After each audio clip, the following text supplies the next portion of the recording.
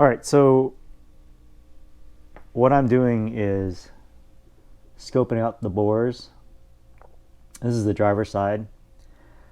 To get to this point, you have to do quite a bit of disassembly. You have to take the rear bumper off, the rear bumper, heat shields, muffler, and these heat shields. There's two of them. I just took the top one off.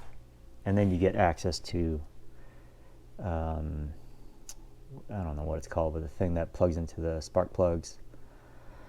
The other thing you have to do is somehow have the ability to rotate one wheel while the other wheel is not allowed to rotate. And the reason you do that is that you need to be able to turn the engine so that you can get that piston to go all the way in and out, so that you can scope out the length of the bore. So the setup is, in my case, I have a manual transmission. Parking brake is off, and I put it into 6th gear and lifted up this right side, and then scope it out. So I'll show you really quickly how I did this.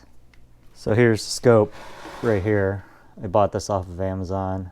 It also has a little 90-degree mirror attachment, so that took a little bit of finagling so that it would come out perfectly, along with cleaning the window or the mirror a bunch of times. And then you go ahead and just insert that all the way in, and then I review the video on my phone and then record it as I go along, and I'll show you the results. So there is some scoring. I'm going to say it's very minor. These two, I don't know what cylinder numbers these are, but the left two were worse. This one wasn't that bad at all. I didn't see anything. And when I say worse or scoring, I want to say that's very minor, from my opinion. And that's not much of an opinion, because I'm not experienced in this particular field. But I will say this, of what's available online, and you know, I don't think anyone has shown exactly what it looks like. And so when you take it to let's say a PPI, they're not taking photos of it, I don't think. And I don't know, I didn't get a PPI before getting this car, just because the way that the dealership was negotiating and whatnot. So I didn't have that option, although it's probably a smart thing to do. But now, after doing this, I don't know if a shop would go to this length to do as thorough of a job of doing a PPI, because this is pretty extensive. Like, you have to do quite a bit, and it would either be a very expensive PPI, like on the order of like $2,000 to $3,000, I would think, just to do it right. And the amount of maybe I'm off on that, but maybe like $1,000 to $2,000. The amount of time it takes to do it correctly, and you know, take videos of everything and then show the customer, that kind of thing. So I'm not disappointed that I didn't do the PPI. I guess I would have been disappointed had it been, you know, terrible scoring, but I kind of have a feeling that I would have just taken it, let's say, to some shop that was local to the dealership that I bought it from. It's a totally different state. And then paid some guy for the PPI, and they would have done, like, let's say, a half-assed job, or just scoped it, and maybe their scope isn't great, or it's dirty, or whatever, and they're just like, oh, it looks fine, or it doesn't look fine, or I don't know. It just seems like, after doing it myself, I wouldn't trust anyone else to do it other than me. And so what I'm planning on doing is just kind of referencing it, you know, I have video of it, and then monitoring it over the course of you know, the number of miles. So right now it has 20,000 miles, 20,600. And so, you know, I'll drive for, let's say, 3,000 miles, and then do this again to see if it's getting worse. And then do all the things that you're supposed to do in terms of preventing scoring. So I'll show how to get to this point on the passenger side, if you want to see like the disassembly of all the different things. But I wanted to get to this point without having to videotape anything, because it's just too stressful or too cumbersome to set up the camera. So I'll do that on the other side, and you can go ahead and watch the process. Overall, I'm not disappointed, and I'm pretty happy with the fact that it's not showing as much scoring as I thought or was fearful of. So overall, I'm okay. All right, so I wanted to show how to scope and rotate the wheel, or what that looks like, or how I did it, I should say. So when you insert this probe all the way in and it stops at whatever point, you're not really sure if it's at the bottom of its stroke. And so you have to have it to where the camera can see the edge of the cylinder head.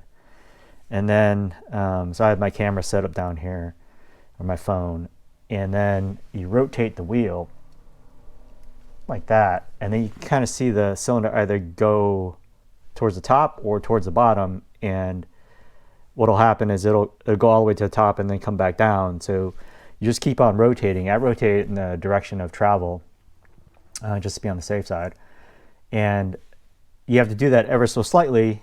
You know, let's say it starts going deeper, rotate it just a little bit, goes a little bit deeper, because it gets outside of the frame of the video. So you do that all the way till where it kind of just sits there, and then it'll start coming back. When it starts coming back, you have to stop, and that's the bottom of the stroke, and you can go ahead and scope it out. So it's kind of tedious. So you're like, you know, doing it like about this much each time, and then you're looking at the video, and then it kind of bottoms out, and then you stop there and then scope it all the way out, rotating it like that. Now I was just recording it, and then, you know, checking up and down the whole cylinder. But there, more of the scoring, and this is what's online, more of the scoring is present at the bottom of the stroke, so the deeper it is. So to be thorough, I think you should check all of them. They say the driver's side is usually worse, and then I just want to reference that against the passenger side and see if that's true or not. So it's a quick demo of that. Okay, so to remove the muffler, you have these two nuts, these two nuts, these two nuts also, and then where are they? Right there, those two.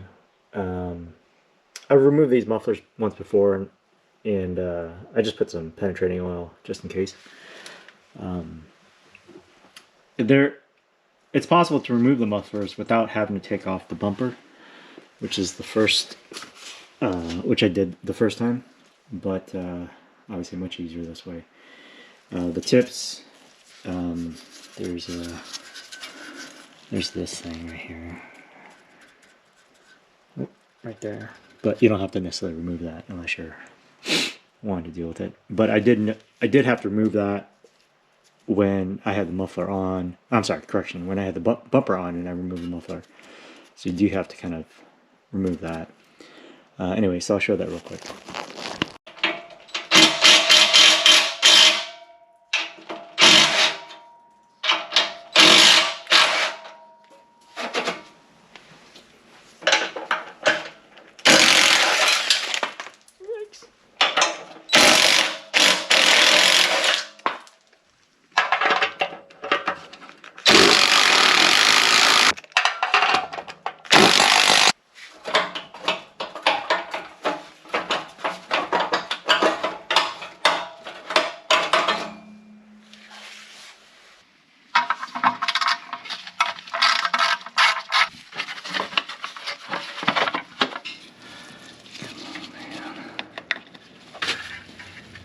Yeah.